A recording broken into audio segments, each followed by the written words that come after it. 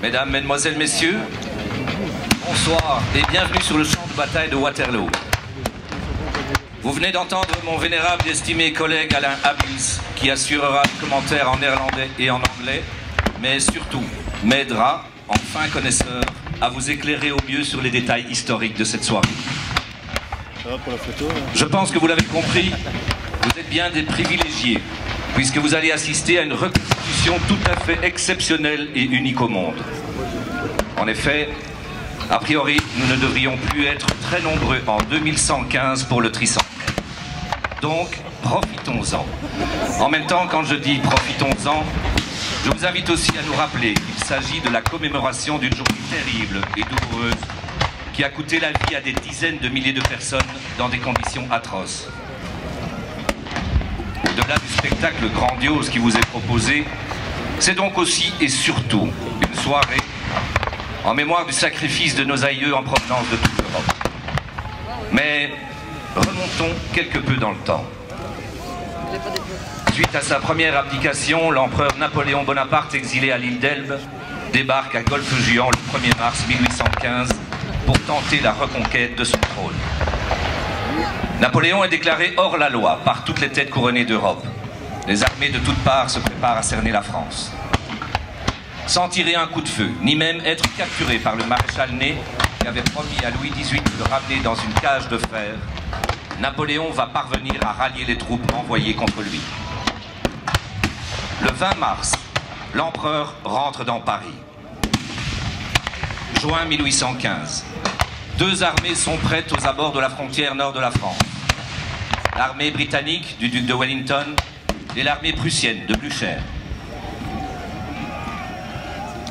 Napoléon décide d'attaquer ces deux armées en même temps. Les Prussiens à Ligny et les Britanniques aux quatre bras, qu'il parviendra à mettre en fuite malgré des pertes importantes. C'est donc le soir à Fleurus que Napoléon pourra savourer ce qui sera sa dernière victoire, pensant alors que la route vers Bruxelles lui était ouverte. Le 17 juin, le duc de Wellington dirige ses troupes sur la crête de Mont-Saint-Jean. Les troupes françaises se positionnent sur la crête de la Belle Alliance.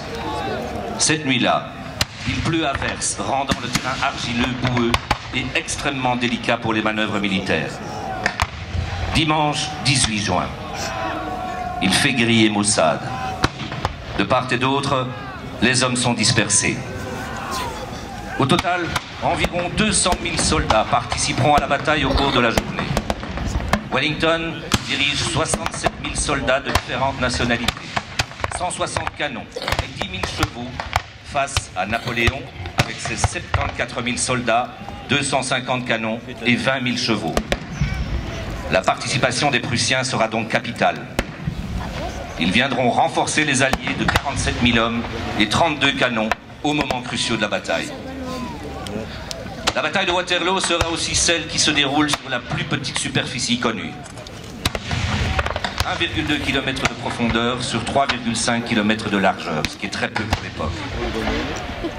Certaines de ces phases vont être reconstituées ce soir devant vous.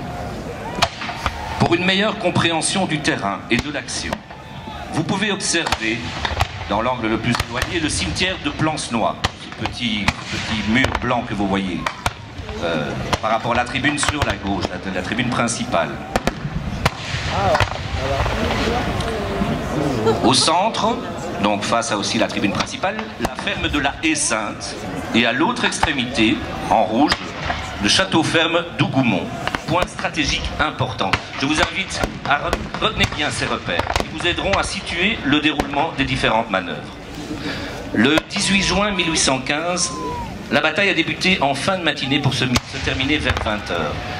Ce soir, 200 ans plus tard, vous allez pouvoir revivre quelques moments déterminants grâce à plus de 6 000 reconstitueurs et historiens. Ce sont de véritables passionnés en provenance de plus de 52 nations qui aujourd'hui sont fiers et heureux de pouvoir partager ce grand moment avec vous.